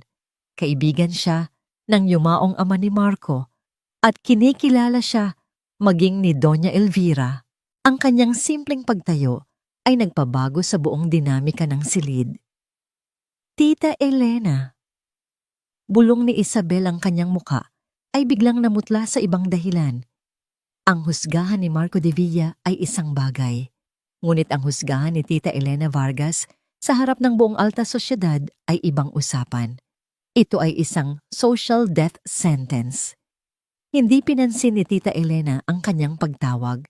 Ang kanyang tingin ay nakatuon sa lahat. Nakaupo ako dito buong gabi, sabi niya. Ang kanyang boses ay malinaw at umaabot sa bawat sulok. Napanood ko ang lahat. Narinig ko ang lahat. Naglakad siya palapit sa gitna, ang kanyang bawat hakbang ay may bigat at layunin. Huminto siya sa pagitan ng dalawang grupo. Nakita ko ang isang babae. Sabi niya sa tumitingin kay Isabel na puno ng inggit at galit na ginamit ang kanyang yaman at posisyon para yurakan ang dignidad ng isa pang babae na wala namang ginagawang masama. Pagkatapos ay lumingon siya kay Lyra at ang kanyang mga mata ay lumambot. At nakita ko ang isa pang babae pagpapatuloy niya na kahit hinahamak na ay nanatiling matatag. Sumagot siya ng may dignidad at hindi nagpatinag sa takot. Ang mga salita ni Tita Elena ay parang isang liwanag sa gitna ng kadiliman. At ngayon, sabi niya, at ang kanyang tingin ay bumalik kay Isabel na ngayon ay nanginginig na dahil hindi mo siya kayang talunin sa larangan ng karakter, sinusubukan mo siyang sirain sa pamamagitan ng mga kasinungalingan. Gumagawa ka ng mga kwentong walang basihan para lang iligtas ang iyong sarili. Ganyan ka na ba kadesperada? Isabel. Walang naisagot si Isabel. Ang kanyang sandata, ang kanyang dila, ay naging inutil sa harap ng katotohanan. Sa wakas, tumingin si Tita Elena kay Marco.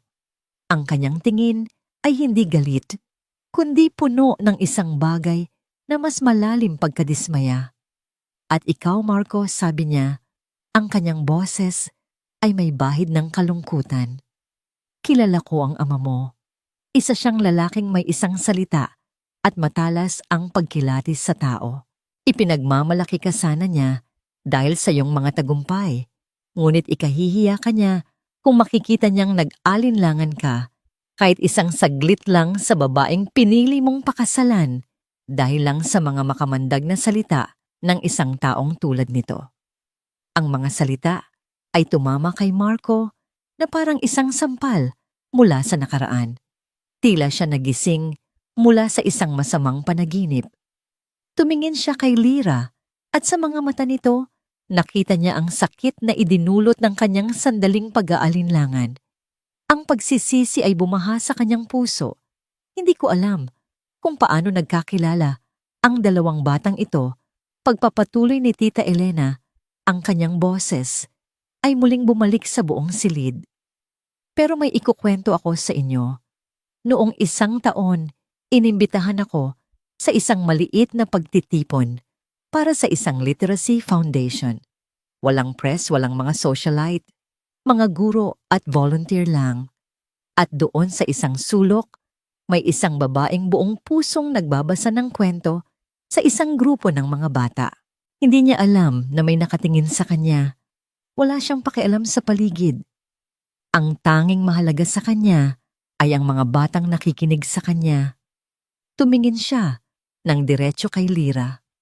Ang babaeng yon ay ikaw, hindi ba, Hija? Tumango si Lyra, ang mga luha ay nagsimula nang tumulo sa kanyang mga pisngi. Ngunit sa pagkakataong ito, ang mga ito ay luha ng pasasalamat. Ang pag-ibig na totoo ay hindi makikita sa mga mamahaling regalo o sa mga magagarang selebrasyon. Pagtatapos ni Tita Elena, ang kanyang tingin ay muling bumalik kay Marco. Makikita ito sa mga tahimik na sandali, sa paghanga sa karakter ng isang tao, hindi sa kanyang bank account. Marco, meron kang isang kayamanan sa iyong tabi na higit pa sa lahat ng pera mo sa bangko. Huwag mong hayaang may sino mang magnakaw niyan sa iyo. Pagkatapos niyang magsalita, isang katahimikan ang muling bumalot sa silid. Ngunit sa pagkakataong ito ay isang katahimikan na puno ng pag-iisip at realisasyon. Ang lason ni Isabel ay nawalan ng bisa. Ang tinig ng katwiran ay nanaig. Bumalik si Tita Elena sa kanyang mesa at umupo na para bang wala siyang ginawang pambihira. Ngunit ang kanyang mga salita ay nag-iwan ng isang malinaw na mensahe. Ang laban ay tapos na. Ang katotohanan ay lumabas na. Ang natitira na lang ay ang pagharap sa mga kahihinatnan. At para kina Lyra at Marco, ang pagharap, salamat na nilikha sa pagitan nilang dalawa. Ang mga salita ni Tita Elena ay nanatiling nakalutang sa hangin na nag-iwan ng isang malinaw na landas palabas sa kaguluhan. Ang lason ng duda ay unti-unting napawi, napalitan ng nakakahiyang liwanag ng katotohanan. Ang mga tingin ng mga tao ay hindi na nagtatanong. Ang mga ito ngayon ay puno ng awa para kay Lyra at ng matinding pagkamuhi para kay Isabel. Ngunit para kay Lyra, ang pinsala ay nagawa na. Ang sakit na makita ang pag-aalinlangan sa mga mata ni Marco, kahit gaano pa ito kabilis na wala, ay isang sugat na mas malalim kaysa sa marka ng sampal sa kanyang pisngi. Ang lahat ng kanyang mga takot, ang lahat ng kanyang insecurities tungkol sa kanilang magkaibang mundo ay nagkatotoo sa isang iglap na yon. Tumingin si Marco sa kanya, ang kanyang mga mata ay puno ng pagsisisi at pagmamakaawa. Lyra mahal, patawarin mo ako, bulong niya, ang kanyang boses ay basag. Hindi ako nagduda sa'yo, hindi kailanman. Nabigla lang ako sa kasamaan niya. Sa lason. Please believe me. Inabot niya ang kamay ni Lyra, ngunit umiwas ito. Hindi dahil sa galit, kundi dahil sa pangangailangan na mahanap muna ang kanyang sariling paninindigan. Kailangan niyang tumayo sa sarili niyang mga paa bago niya muling mahawakan ang kamay nito. Huminga siya ng malalim. Pinunasan niya ang kanyang mga luha gamit ang likod ng kanyang kamay. Ang pagpunas na yon ay hindi lang pag-aalis ng luha. Ito ay isang kilos ng pag-aalis ng kahinaan. Dahan-dahan, itinuwid niya ang kanyang likod, itinaas ang kanyang baba, at hinarap. Hindi lang si Marco o si Isabel, kundi ang buong silid. Hindi na siya ang biktima na pinagtatanggol. Siya na ngayon ang magsasalita. May isang bagay na gustong linawin ni Mrs. Montenegro kanina. Simula ni Lyra, ang kanyang boses ay hindi na nanginginig. Ito ay kalmado, matatag at may bigat. Tinanong niya kung ano ang pakiramdam na mapunta sa isang lugar na hindi ako nababagay. Lahat ay nakikinig. Maging si Isabel ay natigilan sa kanyang pag-iyak, nagtataka sa kung ano ang sasabihin ni Lyra. At sa loob ng 3 taon, iyon din ang tanong ko sa aking sarili. Pag-amin ni Lyra, isang katapatan na ikinagulat ng marami. Araw-araw, ginigising ako ng tanong na yon. Sa tuwing nagsusuot ako ng damit na hindi ko pinili. Sa tuwing pumupunta ako sa isang party na hindi ko naiintindihan. Sa tuwing sinusubukan kong ngumiti sa mga taong alam kong hinuhusgahan ako sa likod ng aking likuran. Ang kanyang tingin ay lumipat kay Marco at sa pagkakataong ito, puno ito ng isang masakit na pag-unawa. Kahit kasama kita, pakiramdam ko mag-isa ako. Dahil sinusubukan kong magkasya sa isang mundong hindi para sa akin. Naramdaman ni Marco ang bawat salita na parang isang saksak sa kanyang puso. Ito ang mga bagay na hindi masabi ni Lyra sa kanya, mga bagay na kinimkim nito sa loob ng 3 taon. Pero ngayong gabi, pagpapatuloy ni Lyra at isang bagong lakas ang pumasok sa kanyang boses dahil kay Mrs. Montenegro, natagpuan ko ang sagot. Lumingon siya at tiningnan ng diretso si Isabel na napaurong sa tindi ng kanyang tingin. Nalaman ko na hindi ako ang hindi nababagay dito, sabi ni Lyra. Ikaw, ang mga katulad mo na sumusukat sa halaga ng isang tao base sa kanyang damit, sa kanyang pera o sa kanyang apelyido. Kayo ang hindi nabibilang sa isang sibilisadong mundo. Isang bulong ng pagsang-ayon ang narinig mula sa ilang mesa. Si Tita Elena ay bahagyang tumango, isang maliit na ngiti ng paghanga ang sumilay sa kanyang mga labi. At nalaman ko rin, sabi ni Lyra, ang kanyang tingin ay muling bumalik kay Marco na ang problema ay hindi ang pagkakaiba ng ating mga mundo. Ang problema ay ang takot ko. Ang takot kong hindi maging sapat para sa'yo. Ang takot kong isipin ng mga tao na isa lang akong oportunista. Ang kanyang boses ay bahagyang nanginig sa huling salita, ngunit mabilis niya itong binawi. Sinubukan kong magbago. Sinubukan kong maging ang babaeng inaakala kong gusto mo, ang babaeng inaakala kong tatanggapin ng mundo mo. At sa proseso, unti-unti kong kinalimutan kung sino talaga ako.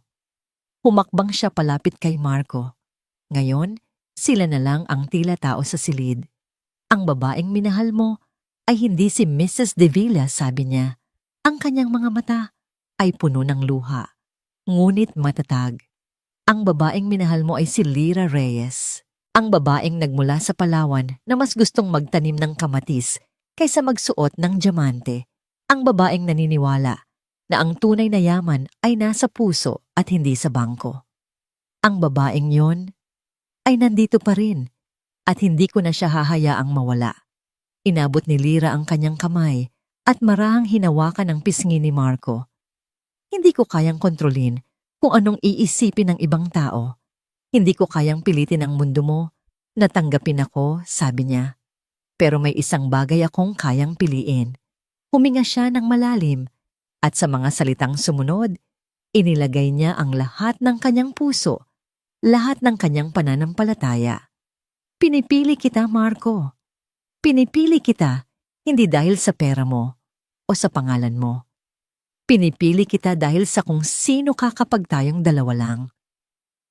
Pinipili ko ang pagmamahal natin, ang mga pangarap natin, ang tahanan na binuo natin. Pinipili ko tayo. Ang mga salita ay simple, ngunit puno ng kapangyarihan. Ito ay isang deklarasyon ng pag-ibig na mas matibay kaysa sa anumang duda, isang pagpili na ginawa sa gitna ng apoy. Niyakap ni Marco si Lyra. Nang napakahigpit, isinubsob ang kanyang mukha sa buhok nito. Pinipili rin kita, Lyra, bulong niya. Ang kanyang boses ay puno ng emosyon. Noon, ngayon at magpakailanman. Patawarin mo ako sa aking kahinaan. Walang dapat patawarin, sagot ni Lyra habang nakayakap sa kanya. Natuto tayong pareho ngayong gabi.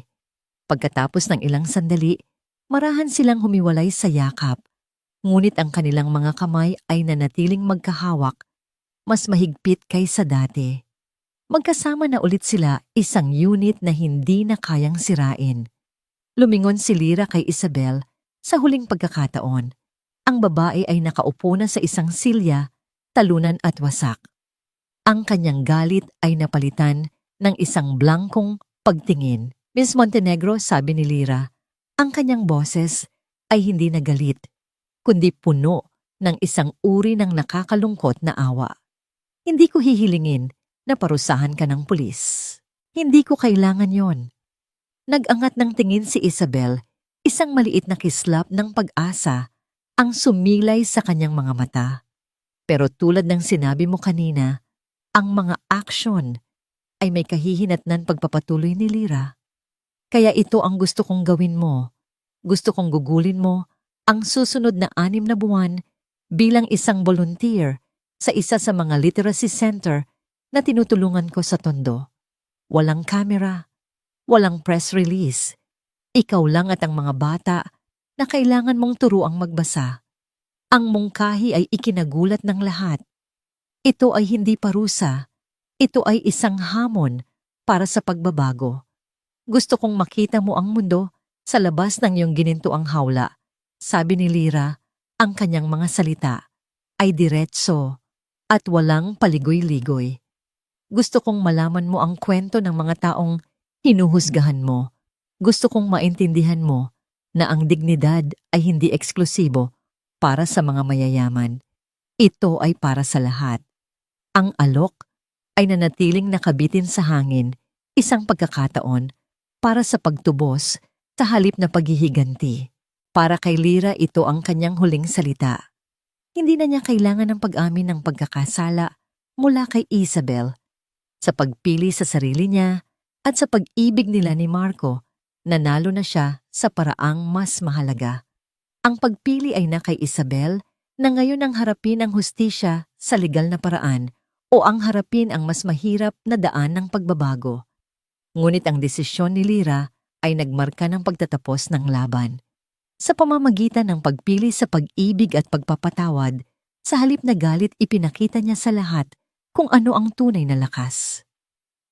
Hindi ito ang kakayahang manakit, kundi ang kakayahang maghilom, hindi lang ng sarili, kundi pati na rin ng iba. At sa gabing iyon, sa gitna ng nagkawatak-watak na eksena sa La Perla, si Lyra Reyes de Villa, ang babaeng mula sa Palawan, ay sa wakas ay nahanap ang kanyang tunay na lugar.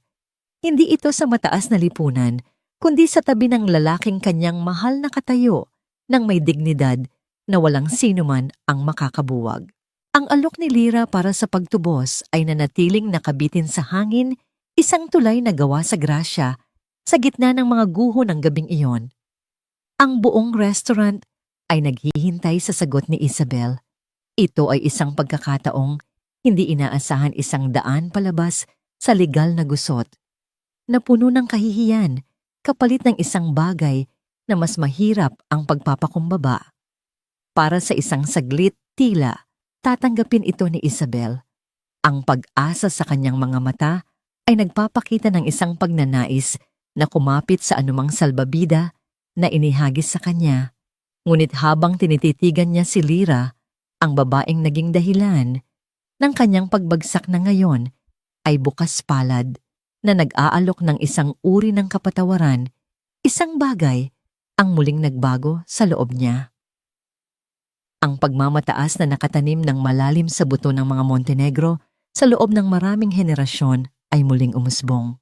Ang ideya na siya si Isabel Montenegro ay maglilingkod sa tondo na magtuturo sa mga batang marurungis ay isang kahihiyan na mas malala pa kaysa sa isang gabi sa kulungan.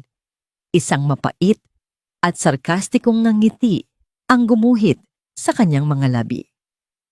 Mag-volunteers, sabi niya, ang kanyang boses ay nanginginig, ngunit puno ng bagong tuklas na paghamak sa tondo. Sa tingin mo ba ay tatanggap ako ng limos mula sa isang katulad mo? Mas gugustuhin ko pang mabulok sa kulungan. Ang kanyang mga salita ay puno ng kamandag, isang huling pag-atake ng isang ahas na nasa bingit na ng kamatayan. Tinanggihan niya ang kapayapaan at pinili ang digmaan. Isang malungkot na tango lang ang naging tugon ni Lyra. Ibinigay niya ang kanyang pagkakataon. Ngunit si Marco, na tahimik na nakatayo sa tabi ni Lyra, ay hindi na nagpakita ng anumang awa. Kung tinanggihan ni Isabel ang grasya ng kanyang asawa, kung gayon ang hustisya niya ang matatanggap nito. Kung iyan ang gusto mo, sabi ni Marco, ang kanyang boses ay malamig at pinal na parang pagbagsak ng isang martilyo ng hukom. Lumingon siya sa security ng restaurant na papalapit na. Ituloy niyo, dalhin niyo siya sa labas. Hinihintay na siya ng mga pulis. Hindi. Marco, hindi mo to magagawa, sigaw ni Isabel habang hawak siya ng 2 gwardiya sa magkabilang braso. Ang pamilya ko, ang asawa ko, ang negosyo namin. Ang negosyo ninyo ulit ni Marco na tila may naalala. Kinuha niya ang kanyang telepono. Salamat sa pagpapaalala. Sa harap ng lahat idinial ni Marco ang isang numero. Pagkatapos ng ilang ring sumagot ito. Gregory, sabi ni Marco, ang boses ay formal at walang emosyon. Ito ang ama ni Ricardo Montenegro, ang patriarch ng kanilang pamilya. Marco de Villa here. I'm calling to inform you that our proposed partnership for the new Veridia campus is officially terminated effective immediately. Consider the deal dead. Narinig ng mga nasa malapit ang mahinang tunog ng isang boses na nagmamakaawa sa kabilang linya. Ngunit hindi natinag si Marco. Why, you can ask your daughter-in-law. She's currently at La Perla making quite a scene. Good evening. Pinatay niya ang tawag. Ang mukha ni Isabel ay nawalan na hindi lang ng kulay, kundi ng buhay. Ang deal na yon, isang kontratang nagkakahalaga ng bilyon-bilyong piso, ay ang tanging bagay na pumipigil sa pagbagsak ng kanilang kumpanya. Ngayon wala na. Sa isang tawag lang, winasak ni Marco ang kanilang kinabukasan. At tungkol naman sa mga charity, dagdag ni Marco na parang hindi pa tapos. Lumingon siya kay Tita Elena. Tita Elena, I trust you, and the other board members will know what to do regarding Mrs. Montenegro's position in the foundations we support. Isang matatag na tango lang ang sagot ni Tita Elena. Malinaw ang mensahe, tapos na ang karera ni Isabel bilang isang pilantropo. Ang kanyang pangalan ay magiging putik sa lahat ng sirkulo na dati niyang pinaghaharian. Habang kinaladkad ng mga gwardiya si Isabel, palabas patuloy itong sumisigaw at nagbabanta, ngunit ang kanyang mga salita ay wala ng bigat. Siya ay isa ng multo, isang ala-ala ng kapangyarihang minsan niyang tinaglay. Nang sa wakas ay nawala na siya, isang kakaibang katahimikan ang bumalot sa restaurant. Ang unos ay tapos na. Lumingon si Marco kay Lira. Ang galit sa kanyang muka ay nawala na napalitan ng walang hanggang pagmamahal at pag-aalala. Hinawakan niya ang pisngi ni Lira sa lugar kung saan tumama ang sampal. Umuwi na tayo, mahal, sabi niya nang may lambing. Tapos na ang lahat. Tumango si Lira, ngunit habang paalis na sila, huminto siya. Tiningnan niya ang kanilang mesa, ang mga pagkaing hindi pa nagagalaw, ang nabasag na kopita, ang serbilyetang nakakalat. Pagkatapos ay lumingon siya sa paligid. Ang mga tao ay nakatingin pa rin sa kanila, ngunit ngayon ang kanilang mga mata ay puno na ng respeto at paghanga. Isang-isang ngiti ang sumilay sa mga labi ni Lira. Isang ngiting totoo at puno ng kumpiyansa. Hindi pa sabi niya na ikinagulat ni Marco. Gusto ko munang tapusin ang ating hapunan. Sigurado ka, tanong ni Marco. Pagkatapos ng lahat ng nangyari, oo, sigurado ako, sagot ni Lira at may bagong sigla sa kanyang boses. Bumalik siya sa kanilang mesa at umupo ng tuwid. Sinubukan niya akong paalisin dito dahil sa tingin niya ay hindi ako nababagay. Hindi ko hahayaang manalo siya kahit sa maliit na paraan. Pumunta tayo rito para ipagdiwang ang ating anibersaryo at iyon mismo ang gagawin natin. Tinitigan ni Marco ang kanyang asawa. Ang babaeng nasa harap niya ay hindi na ang babaeng kinakabahan kanina. Ito ay isang reyna na nakaupo sa kanyang trono, hindi dahil sa yaman o kapangyarihan, kundi dahil sa isang dignidad na hindi matitinag. Isang malawak na ngiti ang gumuhit sa mukha ni Marco habang umupo siya sa tapat niya. Inabot niya ang kamay ni Lira sa ibabaw ng mesa. Nasabi ko na ba sa'yo, kamakailan lang na baliw ako sa'yo. Hindi pa sa loob ng huling 10 minuto, sagot ni Lira ang kanyang tawa ay malaya at masaya. Isang tunog na nagpuno ng buhay sa buong silid. Sumenya si Marco sa waiter. Pakidala po kami ng bagong set ng pagkain at ang pinakamahal niyong champagne. Mayroon kaming ipinagdiriwang. Habang dahan-dahang bumabalik sa normal ang takbo ng restaurant, ang kwento ng nangyari sa gabing iyon ay magsisimula ng kumalat na parang apoy sa buong Maynila. Ang pagbagsak ng mga Montenegro ay magiging usap-usapan sa loob ng maraming buwan. Ngunit para kina Lira at Marco, wala nang halaga ang mga iyon. Habang itinataas nila ang kanilang mga kopita para sa isang tagay, alam nila kung ano ang tunay nilang ipinagdiriwang. Hindi ito isang tagumpay laban kay Isabel. Ito ay isang tagumpay para sa kanila. Hinarap nila ang pinakamatinding pagsubok sa kanilang pagsasama at lumabas silang mas matatag, mas nagkakaintindihan at mas nagmamahalan. Ang agwat sa pagitan ng kanilang dalawang mundo ay hindi nawala, ngunit natutunan nilang hindi iyon mahalaga. Ang mahalaga ay ang tulay na kanilang binuo sa pagitan ng mga ito, isang tulay na gawa sa paggalang tiwala at isang pag-ibig na hindi kayang bilhin ng anumang halaga. Sa gabing iyon, sa gitna ng La Perla, natagpuan ni Lyra ang kanyang tunay na kapangyarihan at natagpuan ni Marco ang kanyang tunay na tahanan hindi sa isang penthouse o mansyon, kundi sa mga mata ng babaeng pinili niyang mahalin ang kanyang reyna ngayon at magpakailanman. Ang kanilang bagong simula ay nagsimula na.